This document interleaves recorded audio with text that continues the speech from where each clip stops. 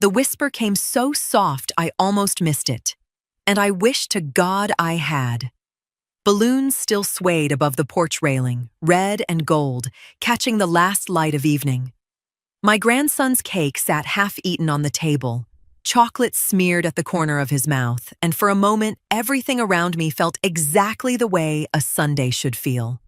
Full, warm, safe. I leaned down to hug him goodbye, the way I always do, and asked what a 10-year-old boy could possibly want that he didn't already have. He didn't answer with words a child should know. He cupped his small hand around my ear and said it low, like a secret too heavy for his own mouth. Daddy hired someone to make me disappear forever. Go and hide, Grandma. That's what I want. I laughed it off the way you do when a child says something strange, patted his back, told him he'd had too much sugar, but my hand froze against his shoulder blade and something cold moved through my chest that had nothing to do with the evening breeze. My name is Thomasina Kimbrough, and that night, on my grandson's 10th birthday, I learned that the people closest to you can wear love like a coat over something else entirely. I didn't say a word to anyone, not to my son, not to his wife, not even to myself, not really. I carried that whisper around the yard like a stone in my shoe, smiling at cousins, thanking neighbors for coming, all while turning his words over and over, looking for the crack in them that would let me set them down.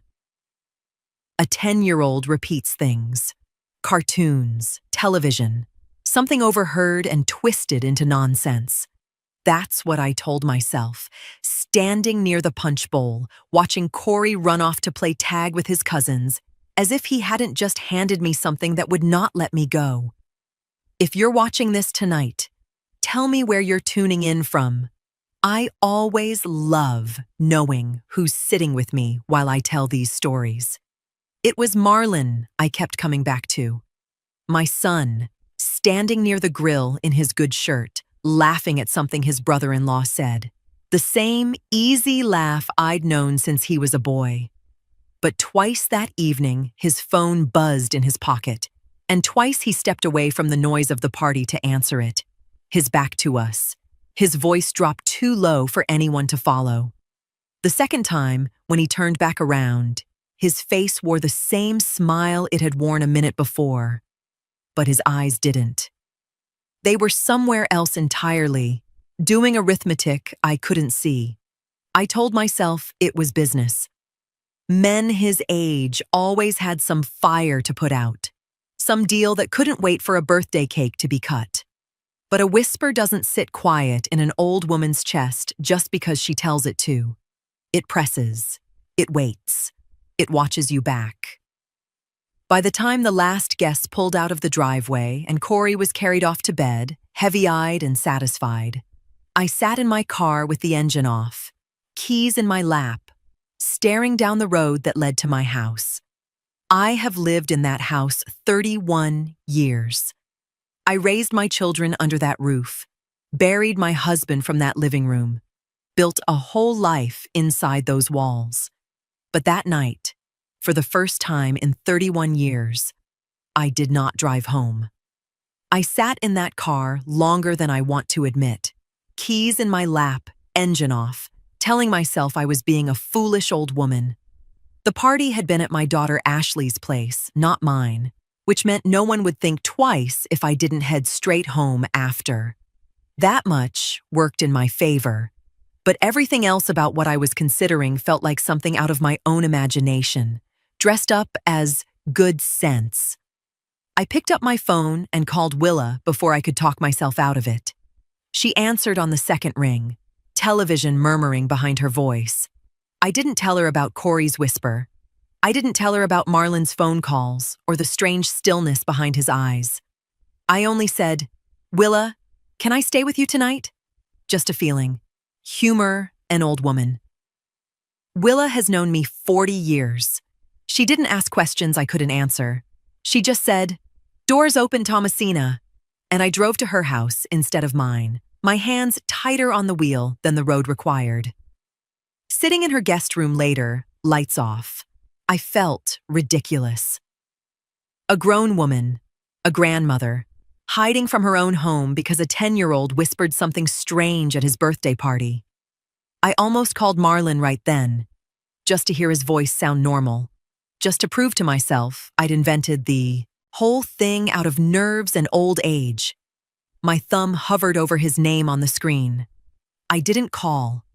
Something in me, quiet, stubborn, older than fear, told me to wait instead. Willa's house sits at the bend before my driveway, close enough that from her upstairs window you can see clean across the field to my porch light. I told her I couldn't sleep, and she didn't push. She just handed me a cup of tea and left the curtain open when she said goodnight.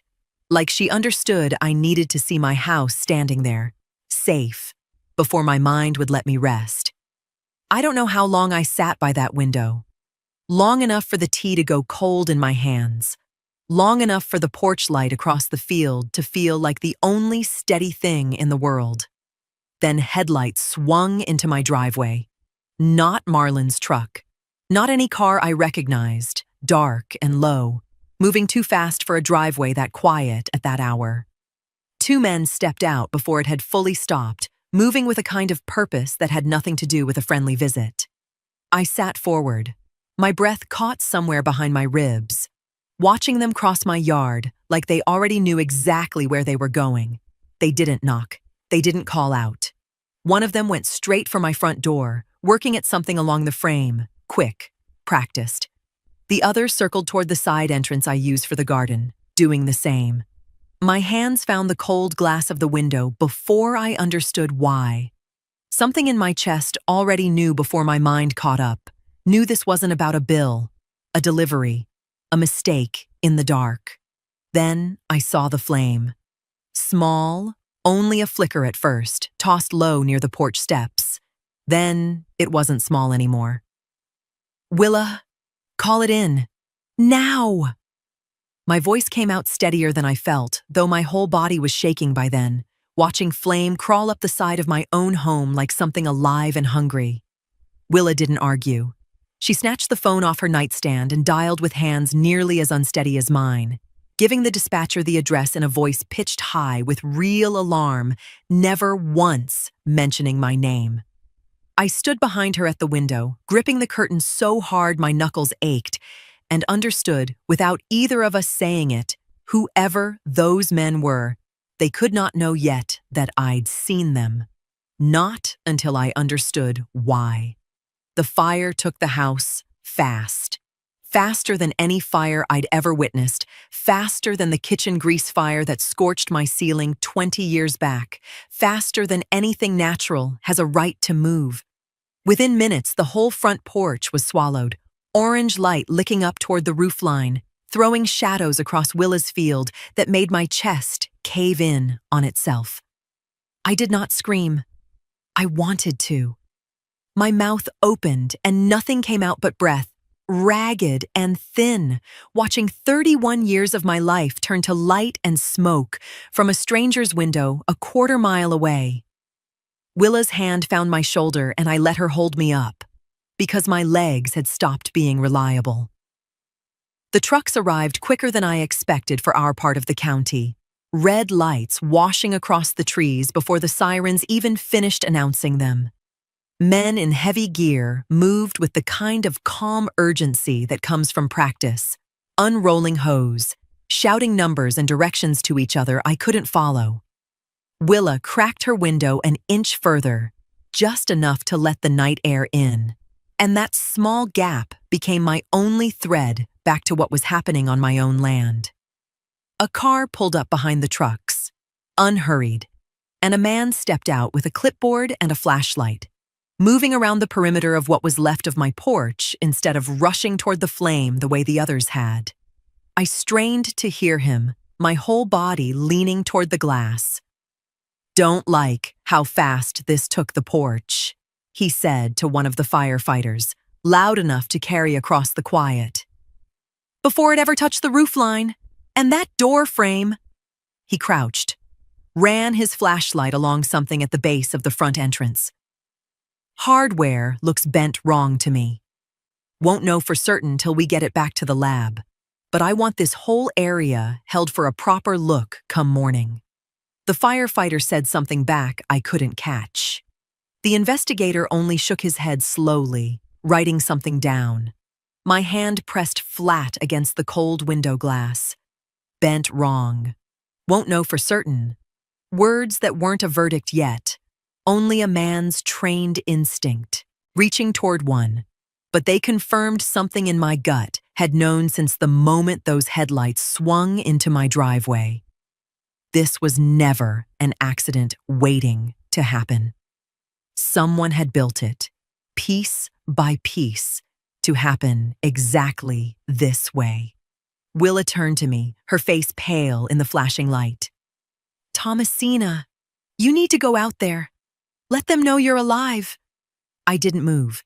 Every part of me wanted to run down that road, wave my arms, tell them I was safe, let my family breathe easy again.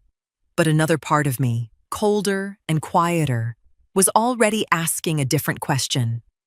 One I wasn't ready to answer, standing in Willa's window with my house still burning behind the glass.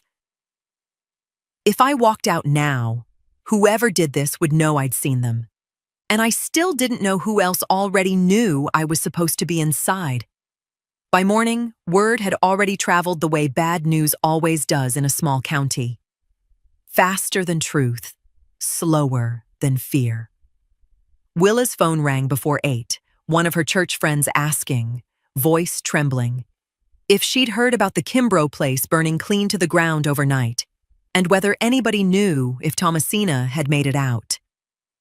Willa looked at me across the kitchen table, phone pressed to her ear, and lied smooth as still water. "I haven't heard a thing," she said. "Lord, I hope she's all right." No remains had been found yet.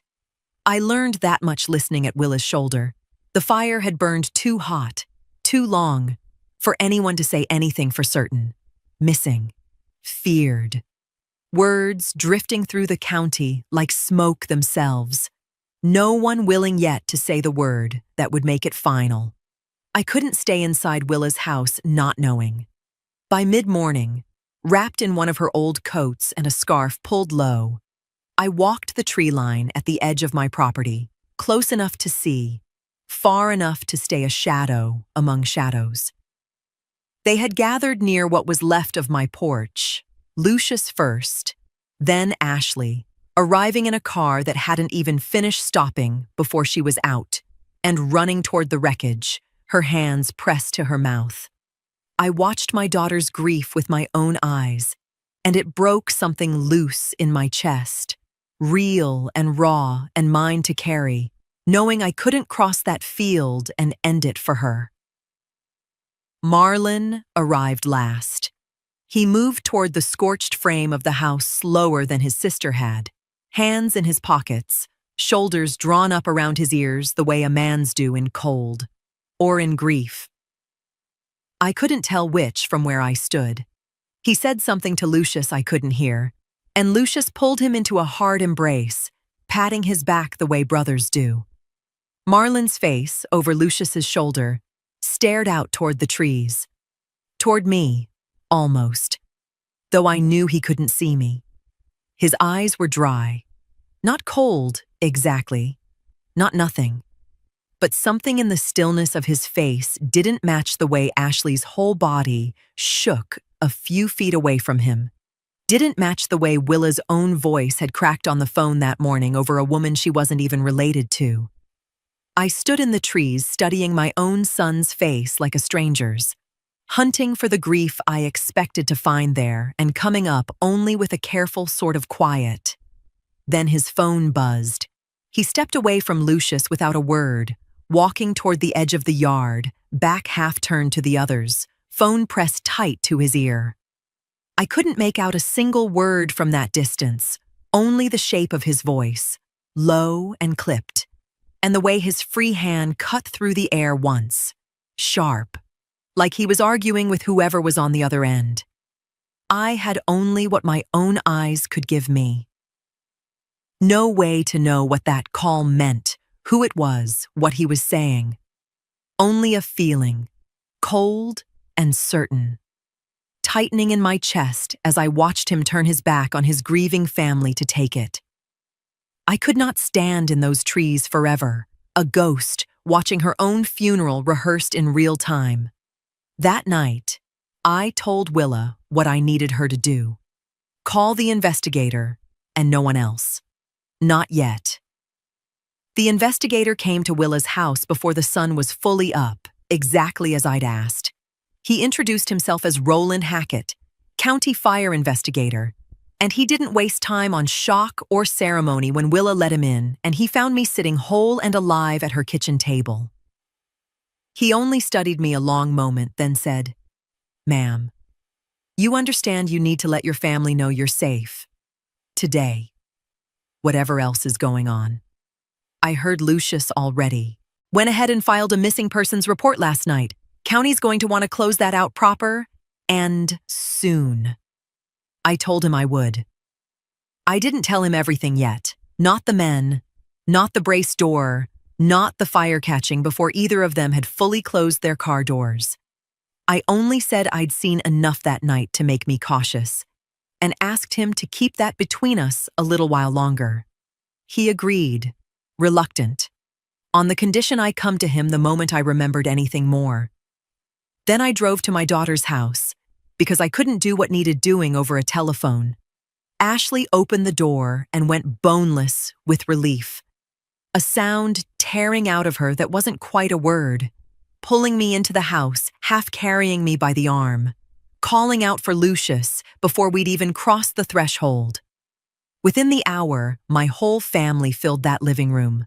Lucius gripping my shoulders like he needed to feel I was solid, telling me between breaths that he'd sat up half the night at the sheriff's office giving my description to a deputy. Corey burying his face against my side without a single word, small fingers fisted into my blouse like he might lose me again if he let go. And then, Marlon. He came through the door and stopped dead when he saw me, and whatever I'd braced myself to witness, it wasn't that. His face broke open, raw and unguarded, a sound catching in his throat before he crossed the room and pulled me into his arms so hard I nearly lost my footing. "Mama, Mama, we thought—" His voice gave out entirely. I held my son and felt his whole body shaking against mine. And God help me, it felt real. Nothing in that embrace matched the still, careful face I'd watched from the tree line the day before.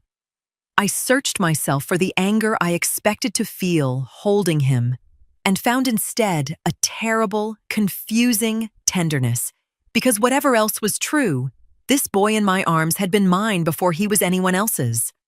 I told them all the same story. That I'd left before the party ended, feeling unwell, and stayed the night at Willa's rather than drive home in the dark, never imagining what I'd wake up to. No one questioned it. Grief doesn't leave much room for cross-examination. It was Geneva I watched closest, once the first wave of relief had settled into quiet crying and held hands. She came to me last, after everyone else, and there was a half-second, so brief I might have imagined it, where her eyes went to Marlon first, some question passing between them I couldn't read, before she folded me into a hug that felt, on its surface, no different from anyone else's. I said nothing about it.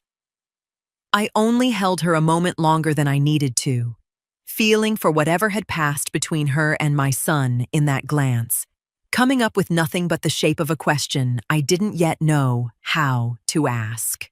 I was home again, surrounded by the people who loved me, and I had never felt more alone in a room full of family in my life.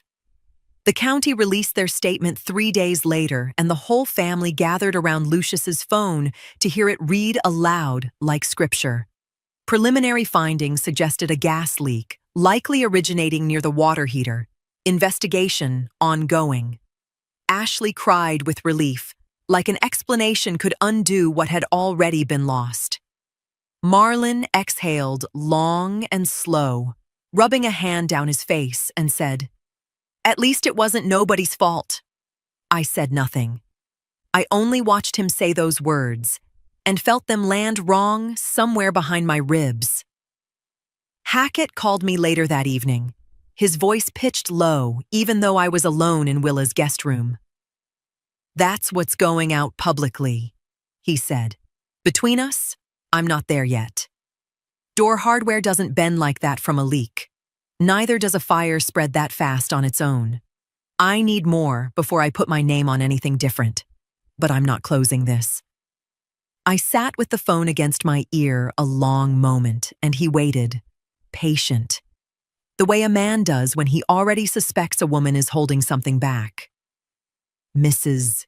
Kimbrough," he said finally, gentler.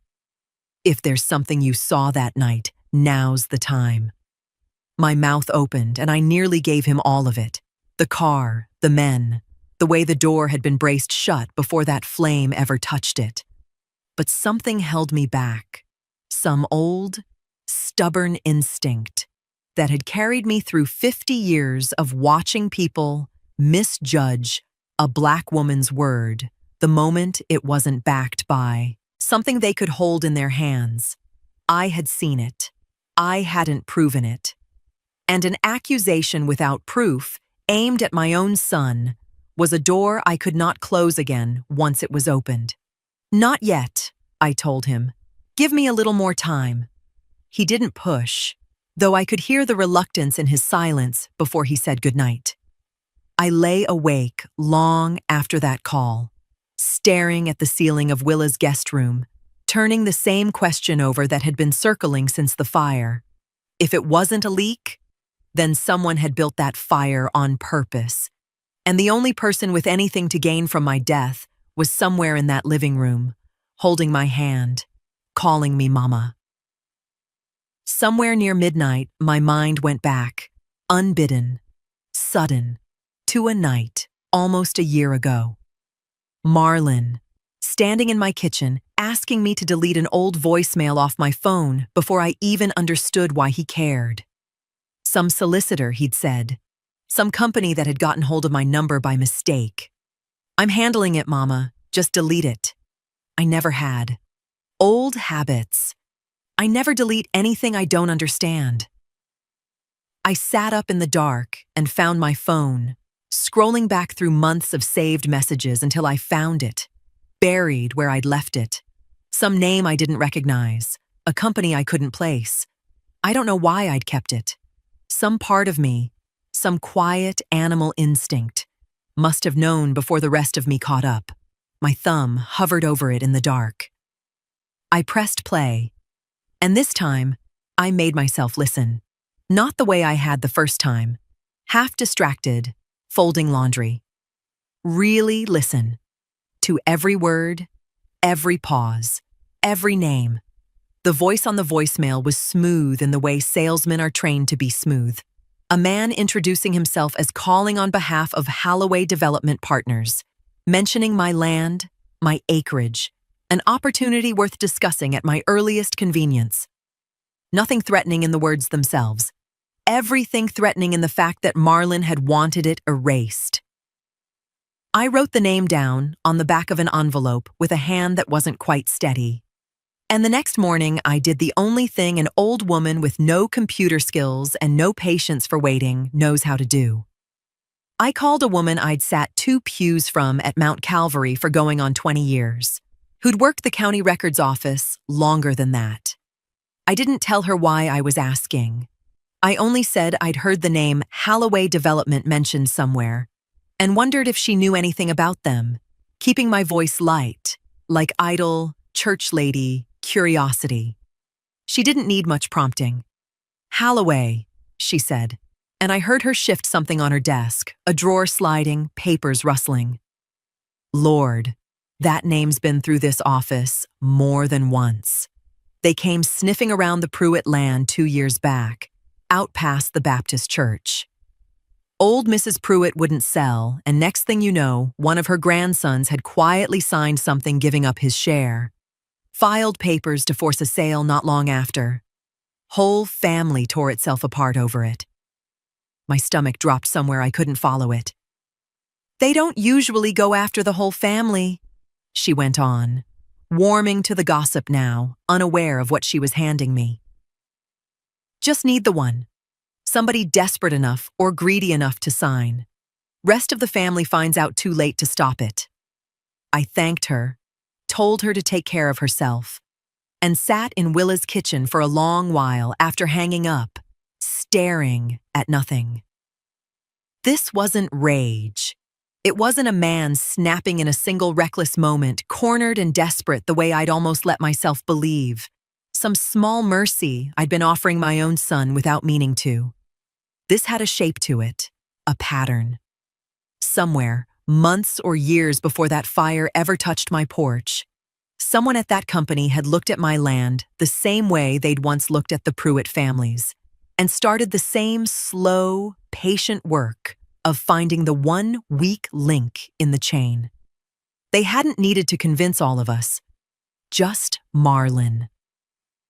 I thought of every conversation we'd had about that house, his suggestion, all those months back, that I consider somewhere smaller, somewhere easier to manage, framed like a son's concern and nothing more. I'd said no, and I remembered him dropping it so easily, so quickly, that I'd never once suspected it had cost him anything to let go. He hadn't let go. He'd only stopped asking me. Sitting there with her voice still fresh in my ear, something inside me went quiet and cold in a way it hadn't since the whisper at Corey's birthday, since the flame licking up my porch steps. The shock that had carried me this far, hiding, watching, waiting to be wrong, hardened into something else entirely. Something with edges.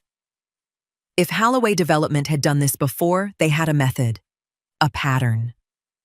And patterns, unlike people, leave a trail.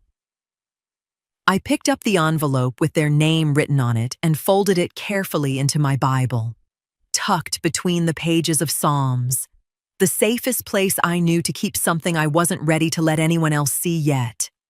I told myself I was only checking in on Corey, the way any grandmother would after everything the family had been through. That much was true. It just wasn't all of it.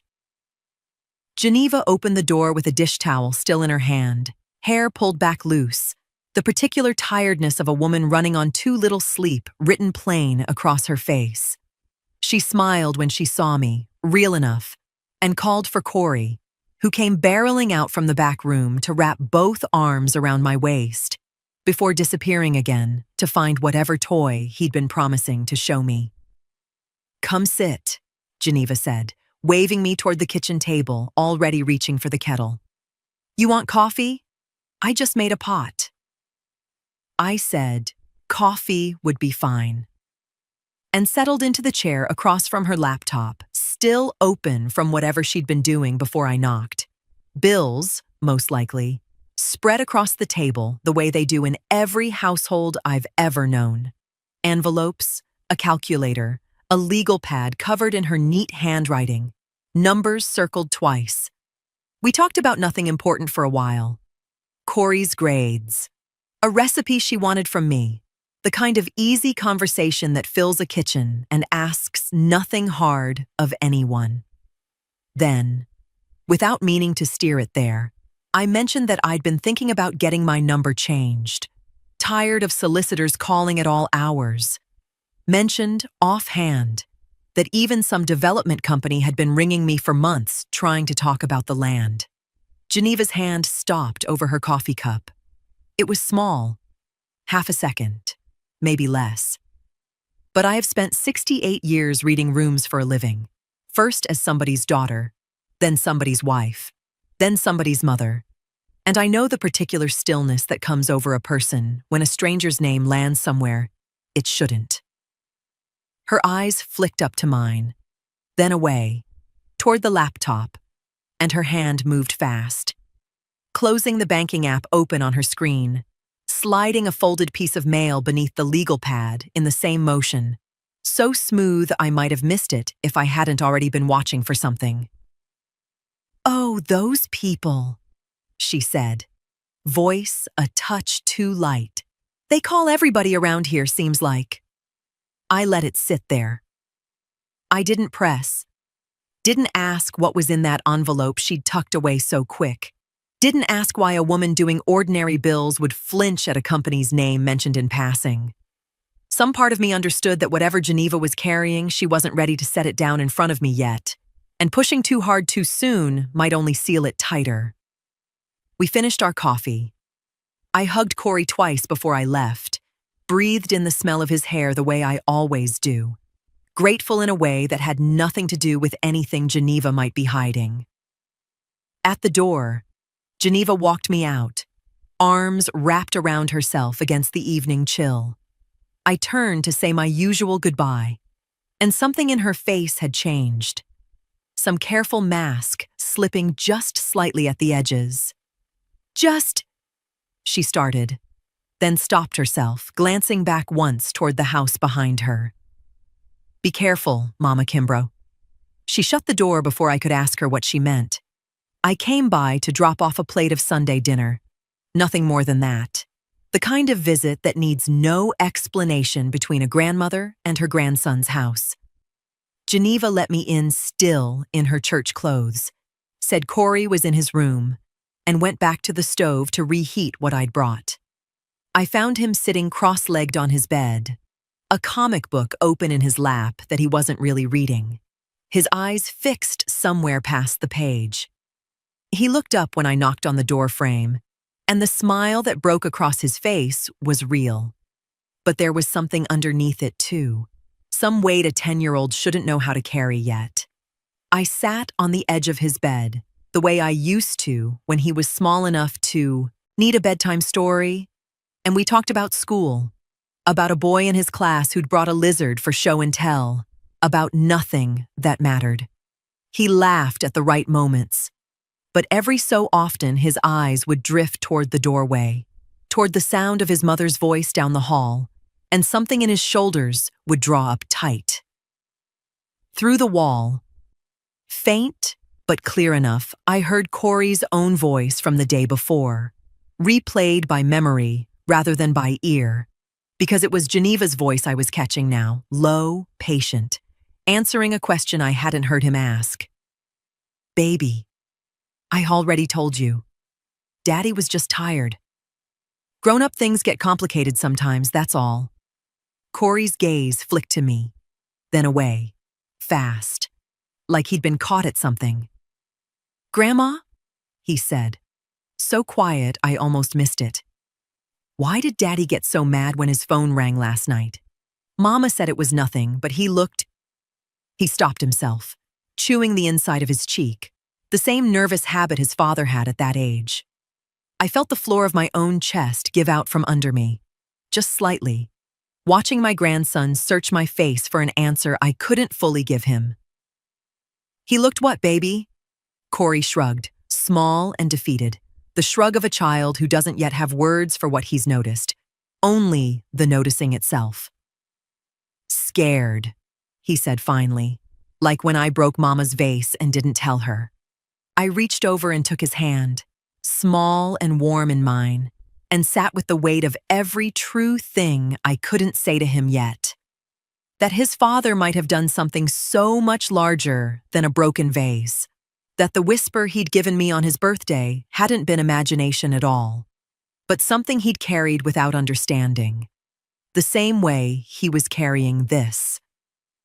"Sometimes," I said carefully, "grown folks worry about things that have nothing to do with you. Big, complicated things. And it's not your job to fix them or even understand them yet. That's grown folks' work." "But you'd tell me," he said, "if something was really wrong. Wouldn't you?" I looked at my grandson's open, trusting face and felt something in me crack quietly down the middle, torn between the promise I wanted to make him and the one I could actually keep. "I would never let anything happen to you," I told him, which was true, and let the rest of it go unanswered, because some doors a child shouldn't be asked to walk through before he has to. He nodded, satisfied enough for now, and picked his comic book back up. I sat beside him a while longer, quiet, holding a secret that was getting heavier by the day, wondering how much longer I could keep it from the one person in that house who deserved, more than anyone, to never have carried it at all. I asked Lucius and Ashley to meet me at Willa's kitchen table on a Tuesday evening, the two of them arriving within minutes of each other, both wearing the particular wariness of people who've learned that family meetings called without warning rarely bring good news. I could have waited on Hackett to finish his work before I said a word to either of them. But Hackett was moving careful and slow, the way the law has to. And I had already watched Holloway Development pick off one weak link in a family before this one. I wasn't about to sit quiet and let Marlon do whatever he still meant to do while I waited on a lab report. If this land was truly at risk, I needed my children standing with me before the ground shifted any further, not after. I didn't ease into it. I told them about the fire being no accident, about the door braced from outside, about Hackett's private doubts the county hadn't made public yet. I told them about the voicemail, about Holloway Development Partners, about the Pruitt family torn apart the same way, one weak link found and pulled until the whole rope gave. Ashley's face went through something complicated, disbelief curdling slowly into horror. Lucius sat very still, jaw tight, the stillness of a man doing arithmetic he didn't want to finish. Marlon knew about this, Ashley said finally, voice thin. He knew. And he never said one word to either of us. Not one word, I said. Not about the company reaching out. Not about anything since I told him no all those months back. Lucius let out a short, bitter laugh that had no humor in it at all. Course he didn't tell us. Man's been keeping secrets from this family since we were kids. Remember Daddy's truck? Wrapped it around that oak tree and let Ashley take the blame for 2 straight weeks before he ever owned up. That was 30 years ago, Lucius, Ashley snapped, old irritation flaring quick and familiar between them. The particular shorthand of siblings who've rehearsed this argument 100 times before. Some things don't change, is my point. I let them have that moment, watching 2 grown people fall back into roles they'd worn since childhood, because I understood something they didn't yet. This wasn't really about the truck or whatever old wound sat beneath it. It was easier, in that instant, to be angry at each other than to sit with what I'd just told them. Enough, I said, quiet, but firm enough to cut through it. Both of you. This isn't about who Daddy believed 30 years ago. This is about right now. They stopped. Ashley wiped at her eyes and Lucius rubbed a hand down his face, and something in the room shifted, the old argument folding itself away to make room for the one that actually mattered.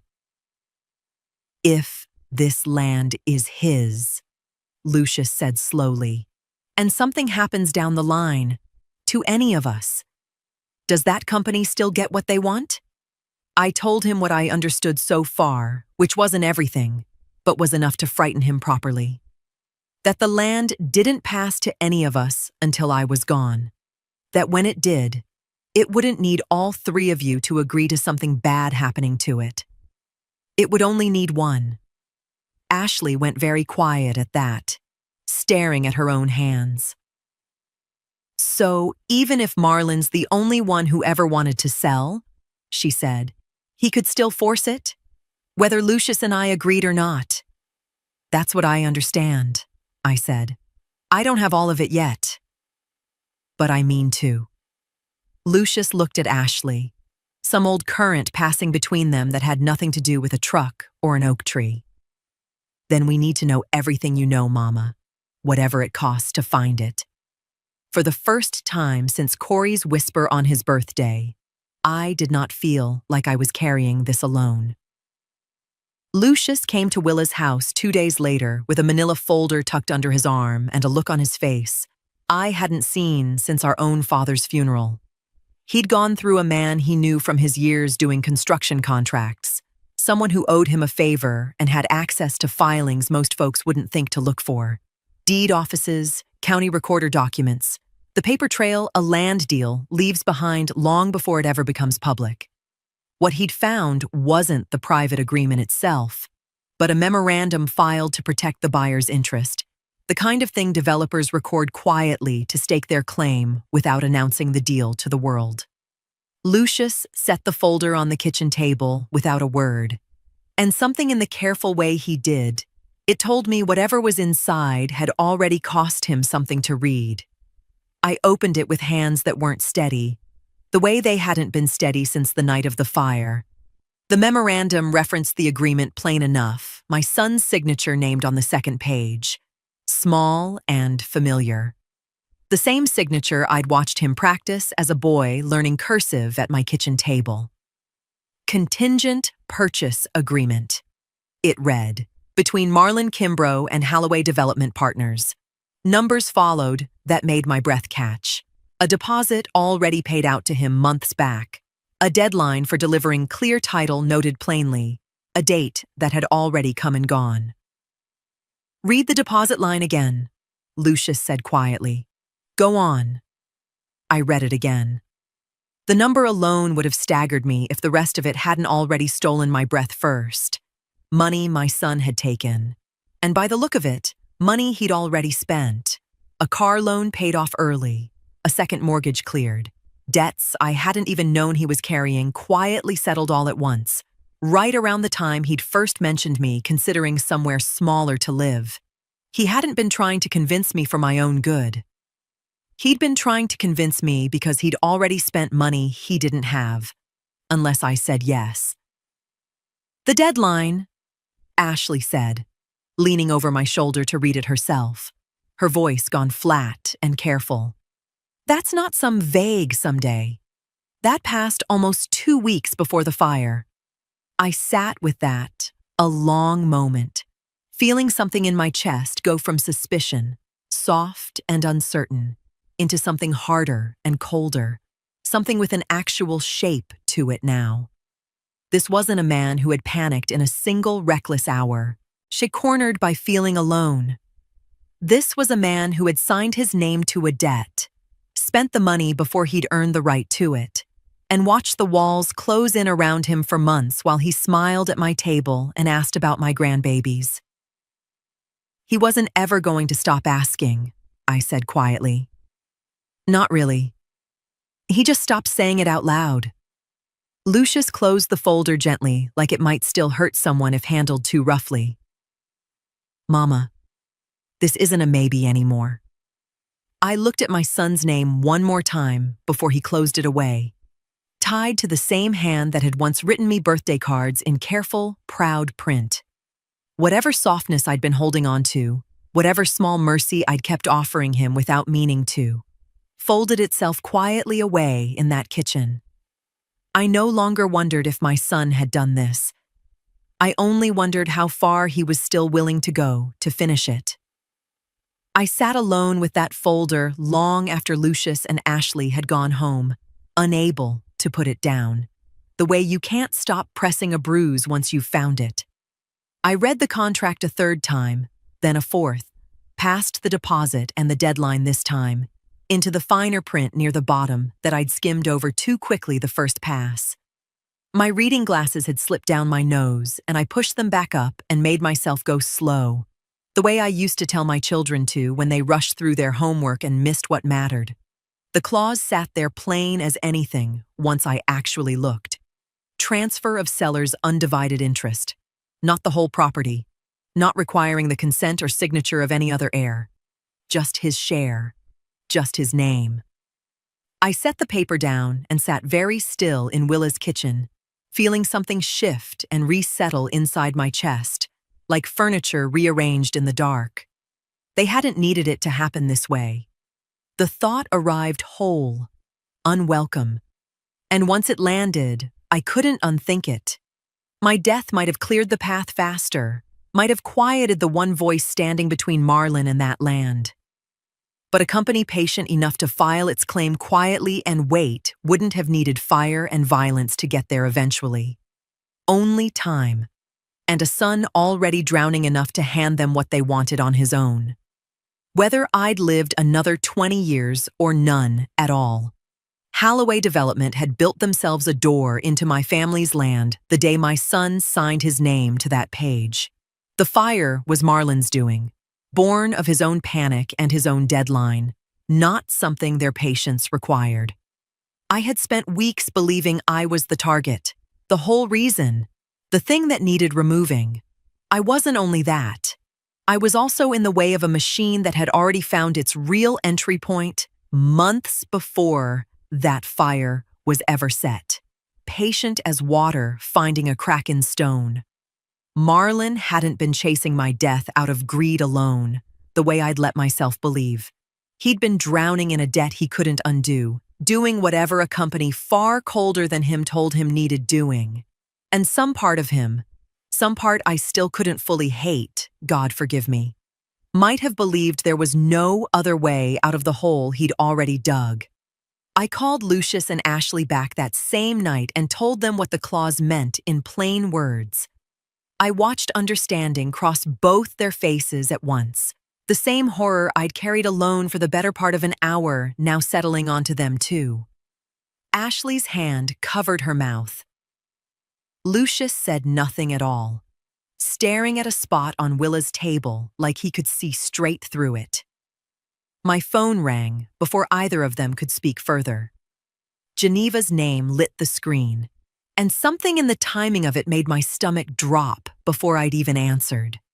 Her voice, when it came, was low and frightened in a way I hadn't heard from her before. "Mama Kimbrough," she said, "Marlon's been drinking all evening. Bad. He just said something. I don't even think he meant for me to hear it. Something about how none of this would matter soon, one way or another." I gripped the edge of the table, my children watching my face change. "He's unraveling," Geneva whispered, "and I don't know what he's going to do next." Lucius showed up at Willa's door before 9 the next morning, still in his work clothes, a look on his face I recognized because I'd worn it myself only days before. "They called me," he said, before I'd even gotten the door fully open.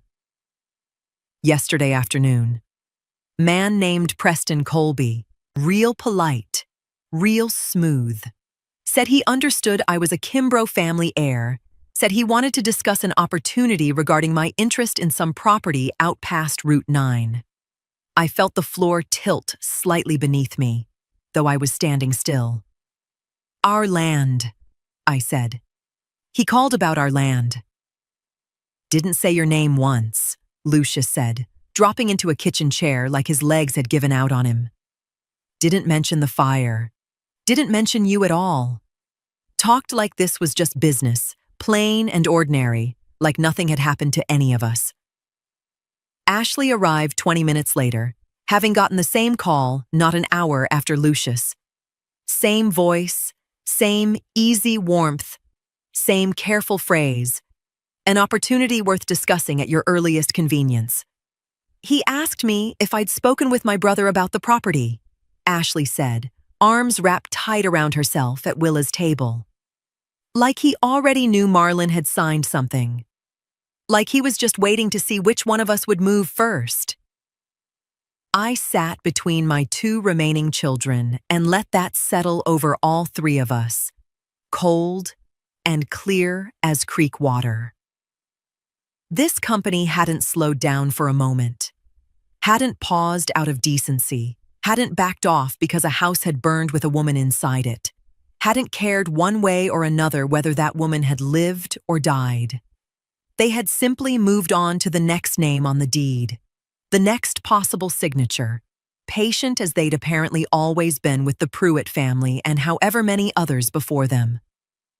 "They don't need Marlon anymore," Lucius said quietly, understanding arriving in his voice at the same pace it had in mine days before. "They don't need any one of us specifically. They just need whoever cracks first." "It was never about Mama," Ashley said, and her voice broke slightly on the last word, some grief in it that hadn't been there before. Grief for the version of this story where her brother's cruelty had at least been personal, aimed at someone, rather than this.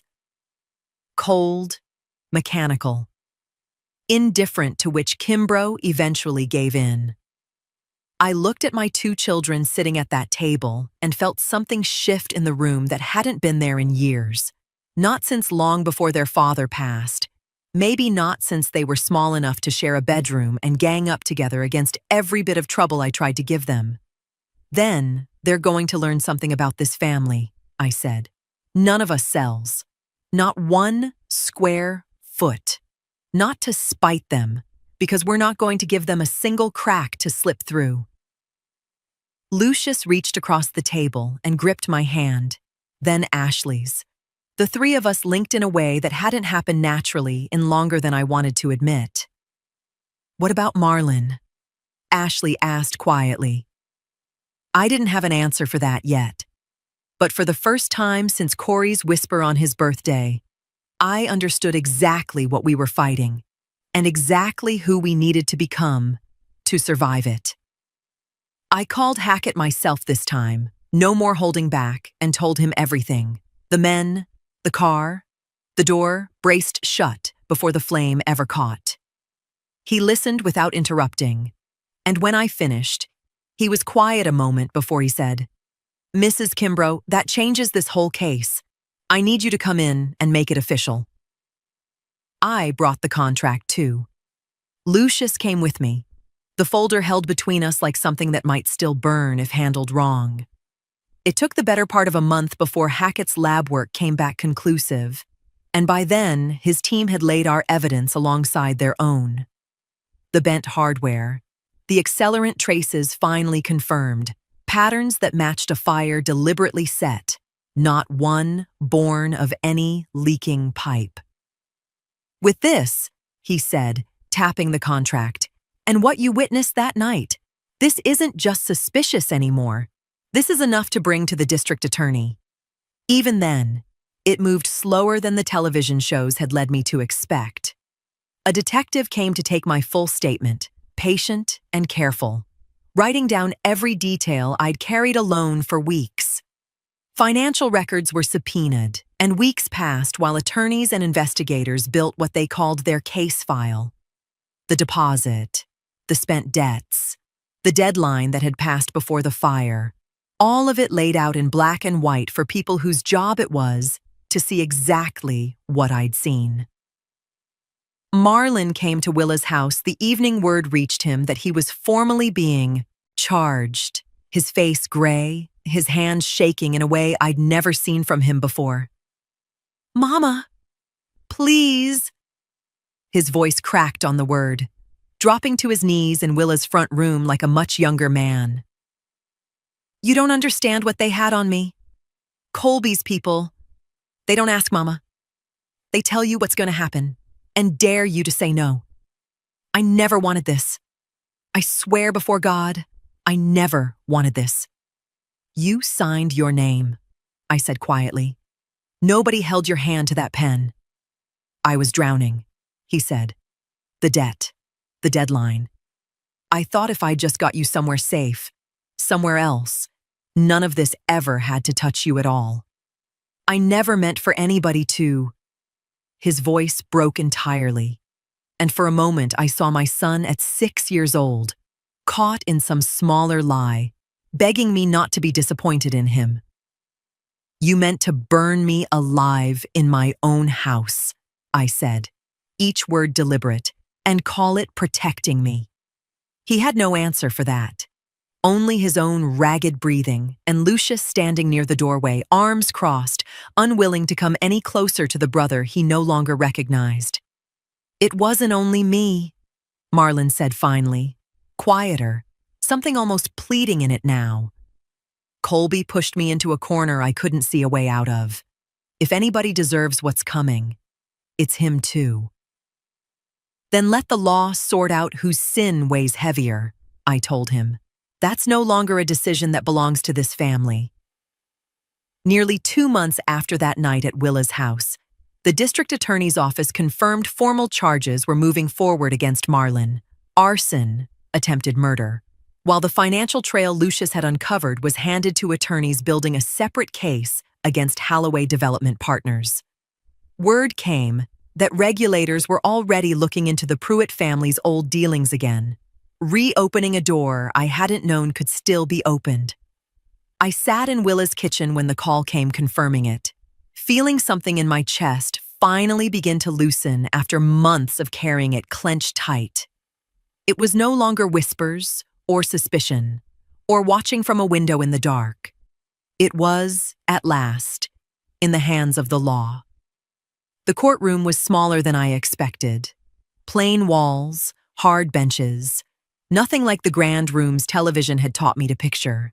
But it was there, in that plain room, that I watched something finally settle after weeks of carrying it alone in the dark. Marlon didn't fight the charges the way I feared he might. His lawyer spoke of coercion, of Colby's people and their patient cruelty. And there was truth enough in that to keep me from hating my son completely, even now. But truth didn't undo what he'd signed, or the fire he'd let loose around his own mother. The judge's sentence was not the point where my story ends, though it mattered. Arson, attempted murder, years stacked on years. What mattered more sat just beyond that. In the quieter aftermath, the cameras never bothered to follow. Holloway Development Partners did not get their land. Our lawyer explained it plain once the conviction came down. A man cannot profit from a crime committed against the very person whose land he stood to inherit. The law doesn't allow it, whatever paper he signed beforehand. Marlon's conviction voided his own agreement outright, the contract collapsing under the weight of what he'd done to get it. Holloway's name never appeared on the criminal docket alongside my son's. Proving what a company far away had ordered was another matter entirely from proving what he had done with his own hands. But the financial trail Lucius had uncovered didn't disappear once the criminal case closed. Our lawyer filed a civil suit against Holloway directly, naming the pressure, the deadline, the pattern, with the Pruitt family laid out for a judge to weigh. Word came later that the state attorney general's office had opened its own inquiry into the company's dealings across the county. The Pruitt case, among the first files, pulled back open.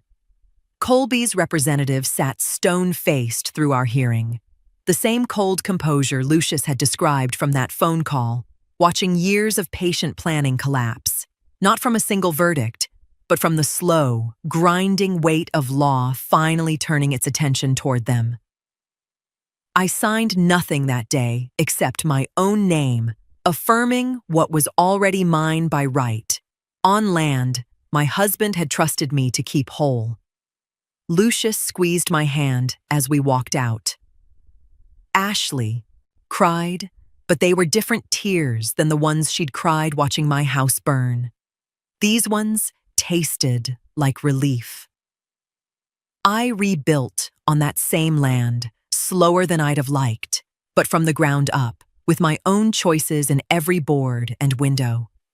Willa still lives just down the bend, close enough that some nights I sit on my new porch and can see her porch light too, a small comfort neither of us has ever needed to explain to the other. Geneva stayed close to the family, closer to me now than she'd ever been before, the two of us bound by something neither of us asked for, but both understood. Corey stayed close too, though it took longer for him to be easy in my company again. Some shadow behind his eyes that hadn't been there before his 10th birthday. It was Willa's porch where I finally sat him down, the two of us alone one evening while fireflies rose up out of the grass. "Baby," I said, "I need you to hear something, and I need you to really hear it." He looked at me, wary, the way he'd looked at grown folks' conversations ever since that whole ordeal began. "None of what happened was because of anything you did," I told him. "You didn't cause it by telling me what you heard. You didn't make it happen by whispering it to me that night. You were the bravest one in this whole family, baby, saying out loud what you didn't even understand. You saved my life." His eyes filled, and he leaned into my side the way he used to when he was small enough to fit entirely under my arm. "I just wanted you safe," he whispered. "You got me exactly that," I told him, holding him close under a sky going soft with evening light. "Exactly that."